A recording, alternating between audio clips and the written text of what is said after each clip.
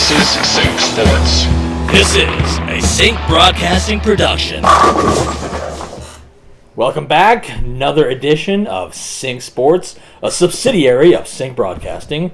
I am Abe Blunt, and with me, The Gravy Train. Episode number 2 after about 8 months of having this thing, or a year. Our second. Oh. Thank you, sir. Our second show. Nice. Looking forward to it. It's going to be a great show. A lot has happened since we last broadcast. Eskimos just got eliminated. They did, yeah. Eskimos have been eliminated. Hockey season started since we last broadcast. I think the last time we broadcast, damn it. The basketball playoffs were still going. We were rooting for the Toronto Raptors, and that's a long time the ago. CFL season was just episode. Getting under start. It's been quite a while since there. Yeah. Oops. So. It's a daisy. But we're going to try to be on top of things a little more. We got the Sync Broadcasting page happening, and trying to keep it updated as much as possible. I screwed up on the Flames games this past weekend. They lost twice, and I know I look like a bit of a homer by not posting up the losses, but I really had an extremely busy week, that's fine. Driving truck and hauling around donations. And no worries. What fourth? I can run support for you if you want, but as you may have noticed, our Sync Sports Facebook page has been a little bit more active than it has been usually. So stay tuned. We got a lot of stuff on the Sync Sports page, as well as the Sync Broadcasting page that, of course, deals with all issues. So definitely stay tuned and feel free to chime in at any time. We're still tinkering with the show, making sure everything's working. I was just making sure we're recording there. Oh yeah, are we? Yeah, we are. We're good. We're good. Fabulous. Cool. Okay, so let's. Yes, we got half hour here to chat some. We'll dabble in the Eskimos and Stampeders failures, and the new hockey season underway. And you were questioning me about the Calgary Flames already. So where do you want to start? Do you want to start off with some football, or you want to start off with hockey? Well, for you and I, football is fucking over. So let's talk about that. Let's get it off our chests. The failure of Alberta. Let's offload. Yeah, so I guess the Stampeders were the first to step into the failure foray. So let's start with them. What do you think of their season? Grey Cup going to be in Calgary. Their chance to shine, as the Eskimos had a chance to shine last year. Yeah. Was it not in Edmonton last year? It was in Edmonton last year. So I'm sorry. I gotta change this picture on here. I think it looks fabulous. But if anyone's curious, it is a picture of me looking like Hunter S. Thompson. Ish, yeah. It's not cosplay. It's just coincidentally I look like him at that point. Yes, indeed, my friend. Yeah. Indeed. So your thoughts on like what happened with Calgary, the Stamps? Actually, you know what? I know this is going to open a can of worms, and this is going to hopefully it opens up some debate about the CFL, and especially these players that come from warmer climates, playing in our. I know they say the politically correct thing, and that is, I love playing in November and in cold weather. I know it's warm now, but the other weekend it was pretty fucking cold, man. It was pretty fucking cold. Enough to make the fingers stiffen up and not work as well. Numb even. It was I didn't watch much of the game. Again, I had to work that weekend. So what I did catch of it, I just saw it was 15-14 when I walked in, and I saw Bo Levi Mitchell just cold and unable to he wasn't the warmer weather, right? Bo Levi Mitchell of the Stampeders summer. But again, this was a challenging year for the Stampeders. They had a completely different roster.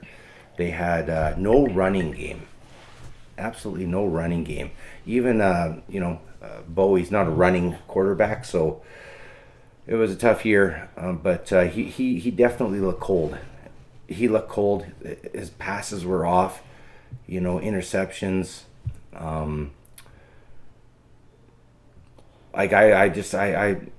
honestly wish the CFL would bump up the season so it ends maybe in the first week of November or Yeah. the last week of October. That's my, and I know we got diehard frostbitten Canadian Traditionalist. you people out there who know who you are. You people know who you are. Yeah. The traditionalists will I guess they'll Alright, back up the way this season. Sorry. I should say everybody. And we'll touch on that subject a little bit later in the broadcast. I apologize. Yeah, no worries. But yeah, what I'm hearing is that you think that both Levi Mitchell and the rest of the team weren't able to perform up to the usual standards. It's I'm sure some of them can play in that kind of weather, and I just mind you, I do believe that Bo won the Grey Cup in cold weather, but in previous years he's in the cold weather he's not that good. Like he's just. I don't know, man. It's a tough thing. I just wish football was played in football conditions. Yeah. It's a summer sport. Let's play it in the summer. That's all I've got to say about that. But I'm not making an excuse for the Stampeders. The whole team was not that good, right? No, they had a tough year and didn't perform as many would have expected because they are perennially in the playoffs. They're perennial Grey Cup candidates. And this year they just fell short. And I know they had some injuries here and there, and as you alluded to, their running game's fallen short, a little bit different than they're used to. So unfortunate, and we'll see how their offseason goes. Yes, Eskimos, did you get to watch the game, or did you get the highlights? Because I know you're not a big football fan. Fuck, no, I'm surprised we're even talking CFL with you. I watched that game, and it was fucking horseshit. Was it 16-36, if I recollect? Yeah, pretty close to that. I think that's what the score was. But I can't remember, but off the top of my head, I can see it right there. Oh. Yeah, no, I can see it. I was right acting like I saw the game, and you just totally fucked that up for me. So thanks a lot. Sorry for wrecking your joke. God, No, I did watch the game, and it was funny. I said that their mantra. The Eskimos' mantra was, why not us, when asking why they're not going to go to the Grey Cup. And then the Hamilton Tiger Cats very promptly answered that. In fact, Edmonton answered that themselves with fucking turnovers. they would have been the first team to come out of the East. Yeah, they would have been. West, East. Yeah. Crossover team. The crossover team, yeah. So, yeah, there was fumbles and there was interceptions, and it was just a poor performance in the first quarter. Bodies flopping around. Yeah, like Hamilton got 10 points off of these turnovers, and it was just a poor start, and they could not recover. So, also another struggle they had was Jason Moss wanted to stick with the run game. CJ Gable having an off day, and he managed to just stick with him for some reason, even though all evidence was to the contrary. Not his day. I don't know why Jason Moss kept going for the run on the first down. For a lot of Eskimo fans, I know we got one upstairs in the Sync Broadcasting Studios Tower production room. No, not that high up, okay. But in the production upstairs. He was kind of hoping that this would be the year that Jason Moss gets axed. But I think Jason Moss just saved his job for another year at least, or possibly two. Your thoughts on that, my friend, Mr. Abe Blunt? He's been around for a few years, and I said online, I'm on those fan pages, and I was saying that if there's trolling about, if there's anything that Jason Moss was going to do as a head coach and the Eskimos, he would have done it by now. I think his strength lies in being an offensive coordinator. I don't think he would like to have his wings clipped here in Edmonton, so maybe he goes somewhere else and practices or hones his talent once again there as an OC, but not as a head coach. I think that this was the end of it. I think that's my thoughts. The end of the line. I think he saved his ass for another year. I don't know. We'll see. Yeah, we'll see. So those are our thoughts on the Eskimos and the Calgary Stamps and their tough seasons. Are you gonna? Yes, I'm gonna carry on with that. Okay. Yeah. I'm thirsty. I get the dry mouth. I need this. I will tell Randy, no more ice. God damn it. I don't like the ice. Ice can be distracting. It can be. Can also be thought-provoking as well, because the ice could spark a new thought process. Could be. Reflecting back on last weekend's games, if I do recall, the Winnipeg Saskatchewan game was a bit of a closer affair, and I think it was like 20-13 or something like that. It was, for, yeah. For Winnipeg, I can't quite. Yeah, that was the score. I'm pretty sure. If not, I'm off by like a Mere points. mere point or two. But we don't got much to say about that. No, I'm sure you didn't watch that fucking game. No, that was like post Eskimos loss, so I was like, I'm fucking done, man. So The 1 year you tune in to CFL out of what, the last 10 or 12? no, I keep an eye on it. It's not like I don't watch it. I'm just not faithful to it. I'm more of a hockey guy. Right. Yeah. Okay, sorry. I could have swear I heard you say you fucking despise CFL though, and I'm sure those words came directly out of your horse's mouth. No, it could have been NFL, or it could have been MLB, or it could have been NBA, but definitely not CFL. CFL, God damn it. I care about it, but I'm not falling over myself to get to it. Okay. There's my Fair stance. enough. We'll leave it. We'll leave it there. So, any predictions on Winnipeg or Hamilton coming out? Oh, you did. You predicted Winnipeg by. I didn't say the score Okay. because I don't care. But let's say Winnipeg by 10 points. I'm gonna go Hamilton by, like I said, 10. Okay. A touchdown and a field goal. Okay. There we go. But who does Calgary fans cheer for? Do you think they cheer for Winnipeg, or the team that bumped them out, or Hamilton from the East? Oh, so hard to care. I think they go with Hamilton. Excellent choice, Yeah. my friend. I think so too. Yeah. I think so too. How can you cheer for the team that just eliminated your aspirations, your Yeah. dreams, your love of the sport? I don't think they can cheer for Winnipeg. Okay, so what do we got left for time here? We're good. Let's talk some.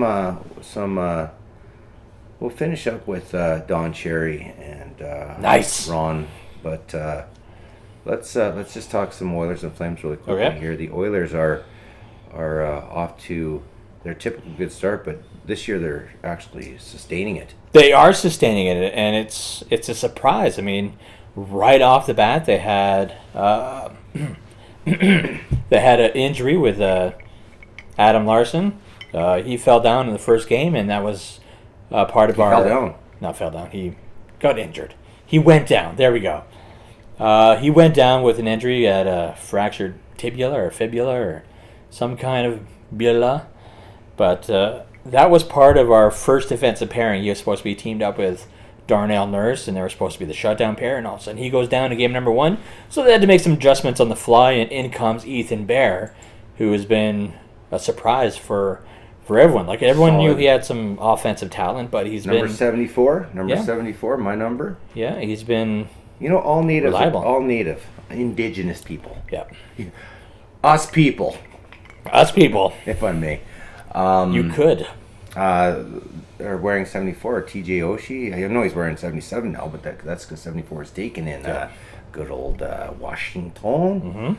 He was 74 St. Louis Blues. Now we got Bear with 74, and that number, I guarantee, is coming from one Theron Fleury, because he wore that for Team Canada the 1 year because he couldn't wear it because is that Shanahan, one of those guys that was wearing So 14? yeah, Shanahan, Shanny's 14.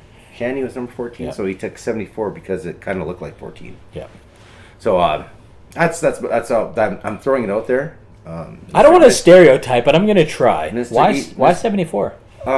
Because it looked like 14 for Okay. Fleury. Okay, and then you, what do you wear? You wear Because 74? Fleury's my favorite player. Oh, fair enough. There and you go. another indigenous brother. Okay, now we'll have to ask Mr. Ethan Bear why 74. Yeah, or the other fella, Oshie. TJ. Yeah, what is it draw to 74? What is with this ugly number Yeah. that we wear?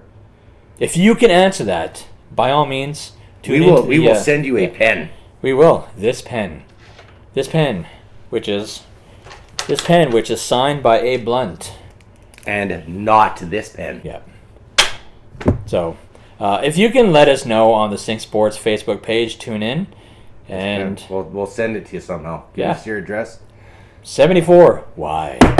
Okay. So what else we got on the docket? Yeah. Oh well, we were talking about the Oilers and just got sidetracked by Ethan Bear. Right. Yeah, His Ethan sports Barron book. is a solid Yeah. solid play. You watch all the games. What do you see out of him that you like? Is he hitting big? Is he No, controlling definitely the puck well? yeah, Is definitely he, not controlling the puck, and he makes is these he fighting? Does he get in these sick fucking fights? Nope, no fights for Ethan Bear. Does he punish? Like what is about him that makes him such a integral part of this puzzle, which has been lacking on the back end for 20 years? If I can encapsulate Ethan Bear in one word, I would call him clever. He is a clever player. What about Crafty? Yeah, I can call him crafty, but I'm going with clever. Yeah, clever. He makes these great little passes right at the middle of the ice. It's always tape to tape, and he's gaining more confidence, and it's showing. He's a young player. He's still 22, 23. He'll make some errors here and there, but I think his path is around our age. great. He's around our age. Yep. Certainly. So yeah, that's where Ethan Bear is at, and then of course the Oilers have the unbelievable duo of McDavid and Draisaitl. Those two are on this tear right now, and they're sustaining it. So I think that's what's keeping the Oilers afloat. Is the D has not been disappointing, and then no one's been able to find an answer for McDavid and Draisaitl. That's pretty much it. Yeah, they've been on fire, man. I think they're gonna hit 50 goals. Yeah, they're gonna get up there. Each. Get them up. Oh, Each. not sure about McDavid. Like he's scoring more a little bit, it would seem, but it's not out of the realm of possibility for Draisaitl. He did it last year. If they're gonna keep going and hold the team up there like they're doing, then they're gonna have to. Oh yeah, They're gonna have to. and then Ryan Nugent-Hopkins has been turning it on as of late. He had a little bit of a slower start, but he's coming on. And then of course James Neal, he's runs hot and cold, but when he's hot, he's Brandon unstoppable. Grimes of Sync Broadcasting Productions as well. I posted a tidbit, a teaser of Hall possibly coming back to Edmonton. Do you think that is fair play? Do you like it? Do you not like it? Do you not want to see Do you want to see the cancer come back? As all Oiler fans, you people were saying. I don't think that he was a cancer as such. Oh no! Yeah, I don't know if I ever referred to him as a cancer. Everyone did back then. Come on. And then he goes and becomes the most valuable player, and then he was like, well, I think he was pushed out of Edmonton. He was pushed out. Yeah. He had every right to be there. He helped develop that team, and then he got pushed out. We love him. Yeah, it was a bad trade. I know that back then people were pretty sore about the fact that there was a 1-for-1 trading Adam Larson for A relatively unknown Larson at that time, too. Yeah. I know he was a solid D, and he was a up and comer, and he's maintained his status as a solid top 4 defenseman. Except for he fell. Yeah, he fell. No, he's been reliable, but still, it was not the best 1-for-1 trade. That's one of the areas that people are pretty sore about Peter Chiarelli and his tenure here. If Taylor Hall would have come back, I don't know. It's like Would he go on the line with Draisaitl and? No, definitely not. Would it be too fast of a line? No, I don't know if it'd be too fast, but I think he would probably be reunited with one Ryan Nugent-Hopkins if that were to happen. Nice. Yeah, so definitely with RNH if it were to happen. I don't see it happening. I don't think the Oilers have the salary room. Yeah. Well. Okay. Well. Yeah. No. Yeah. No. You're right. I was trying to think of what I could. Some kind of retort. Well, some kind of money puzzle shifting around, and I'm like, no, you can't do that. No, he won't be coming back. Yeah. No, anyways, I know he's upset with his home base, his fans. He scored a goal and he went like this to the fans, right? Because they were booing the Devils one night, and he got pretty fucking pissed off at that bullshit. He got pretty fucking fired up. Yeah, I read online that he wants to, if he is traded, or actually when he is traded, he's not re-signing with the New Jersey Devils. He wants to go to a strong hockey market. So It's very likely he'll end up in a Canadian market because those are the strongest. Just nobody knows where at this point. Who's got the room? I say package up T.J. Brody and I'll even say Sammy B. Bennett down to get back Hall up in Calgary there. He is a Calgary boy, right? Taylor Hall? Wouldn't that be something? Yeah. If it happens, I called it. Nice. Mr. Nobody. Mr. Gravy Train, nobody called it. Okay, so what else we got here? We got... Stock Flames, man. Flames. Let's touch on the there. Flames. They lost 2 games, dropped to 500. Scoreless in those games, unfortunately. They're like talking about scrambled eggs right now, man. Literally, scrambled eggs. Watching them is... It just seems there's no spark. Last year, they had their third period sparks, which, for some reason, they just were able to keep that up all year, right? They were able to do it this year. God damn it. Really got to figure out how the fuck we're going to do that, man. Anyways, what was I saying before? So... That they're like scrambled eggs. Egregiously interrupted there. Yeah. It's just I don't know where they're all equally to blame, but there's not one facet of the team that's sticking out where it's terrible. Like Riddick's having a wicked year. He's doing awesome. Mm-hmm. Tkachuk is solid. Their top line isn't scoring. Yeah. Gaudreau's having a tough spell, isn't he? But at the same time, in the NHL, you got to have all. Everything's got to be working, and it seems like there's blame everywhere, except for Riddick. I think he had like one bad game, which wasn't even bad. It was like 4 goals or something. But it's just it's exactly like their number, 500. It's exactly like their number. Yeah. I don't know. Maybe they might have to move a piece or two out. I don't know. I like Tkachuk. His post-game interview after the last game, he was saying that he was pretty candid. They just got to get back to the way they were last year. Like, he didn't call anybody out, but he was saying that they got to get back on the horse and back to the way they were playing last year. But even last year in the playoffs was fucking not anything spectacular or anything. It was a terrible playoff run, but Lucic too.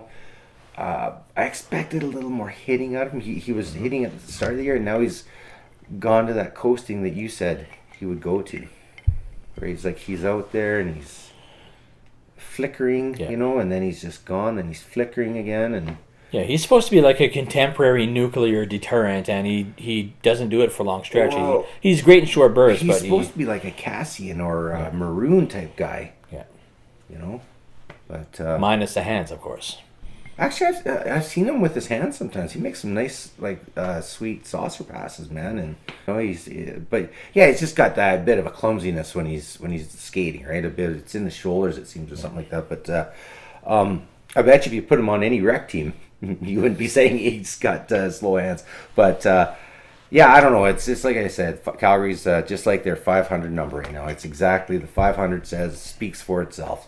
So let's we got how much time we got left here, man? We got about 6 minutes. Okay, let's perfect time to wrap up with Mr. Ron and Don. Ron and Don. Your thoughts first on the exit of one Don Cherry and his I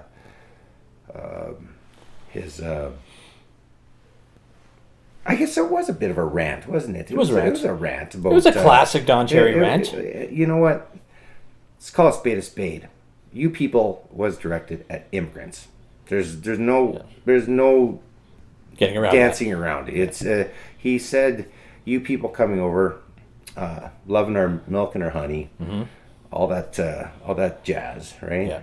Yeah. So the two things, you people, and what he said about the milk and honey, he's guilty as charged. Yeah. Okay. Ultimate, really, is it that bad? Like, at the end of the day, it's a week later. Is it really that fucking bad what he said? One thing that sorry for jumping around on this one, but Ron, on his apology this past Saturday. I was disappointed he didn't. Maybe I'm incorrect because I only watched the edited version, so I didn't see the actual one on TV as I was working.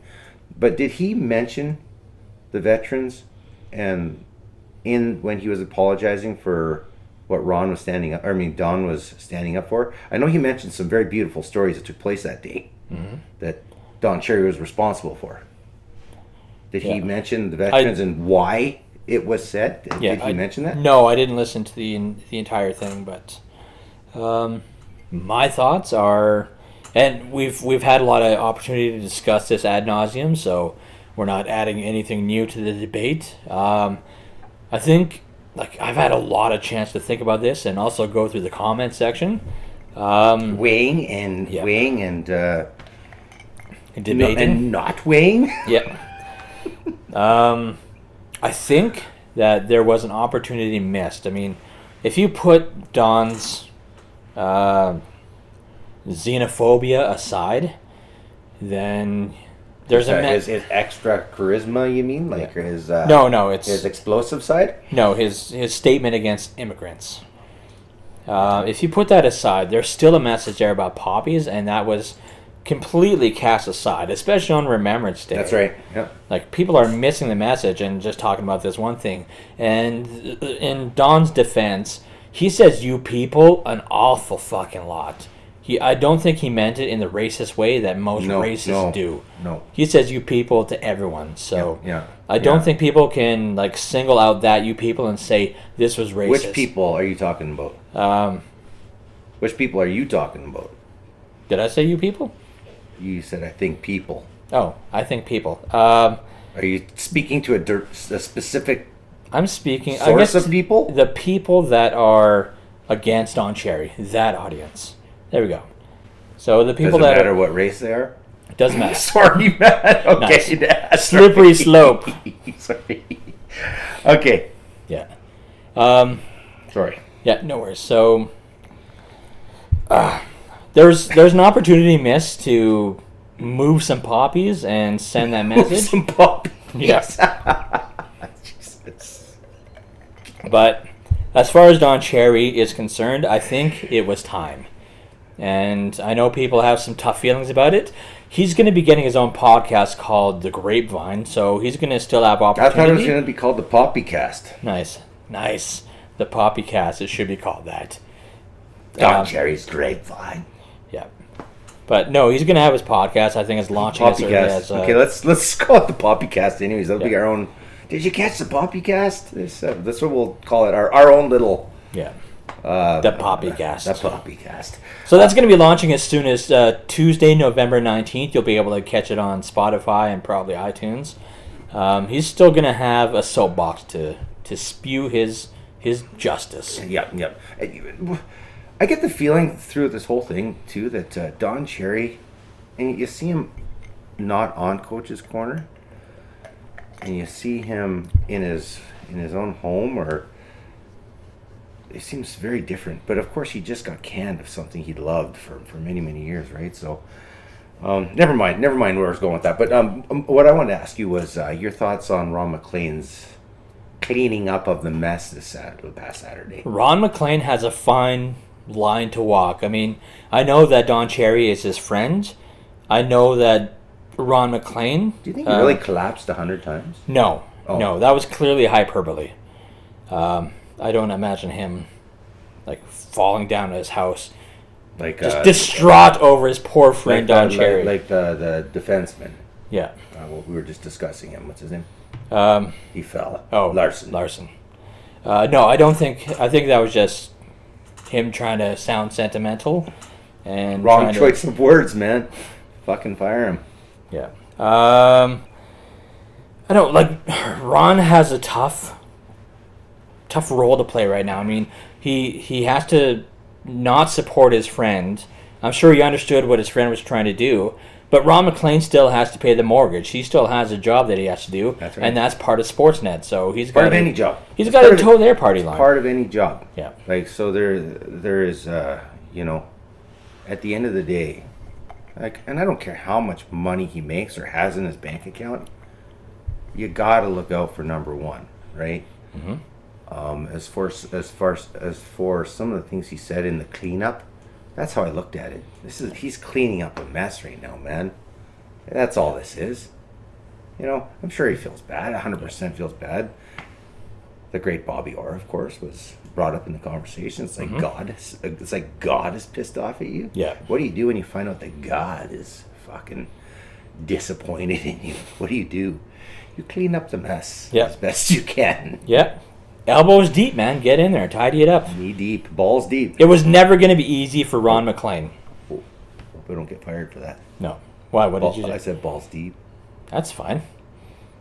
Shit. Balls deep. We're good. Okay.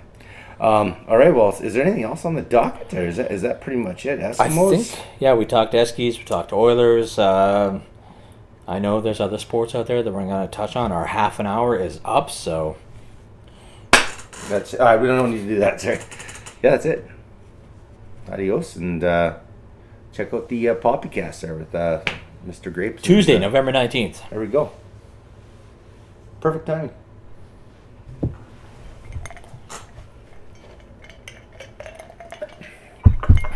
That was good. Keep the conversation going and have your say. You can follow the guys by going to Sync Broadcasting on Facebook, Instagram @Sync Sports, Twitter @Sync Sports Inc. Thanks for listening to Sync Sports.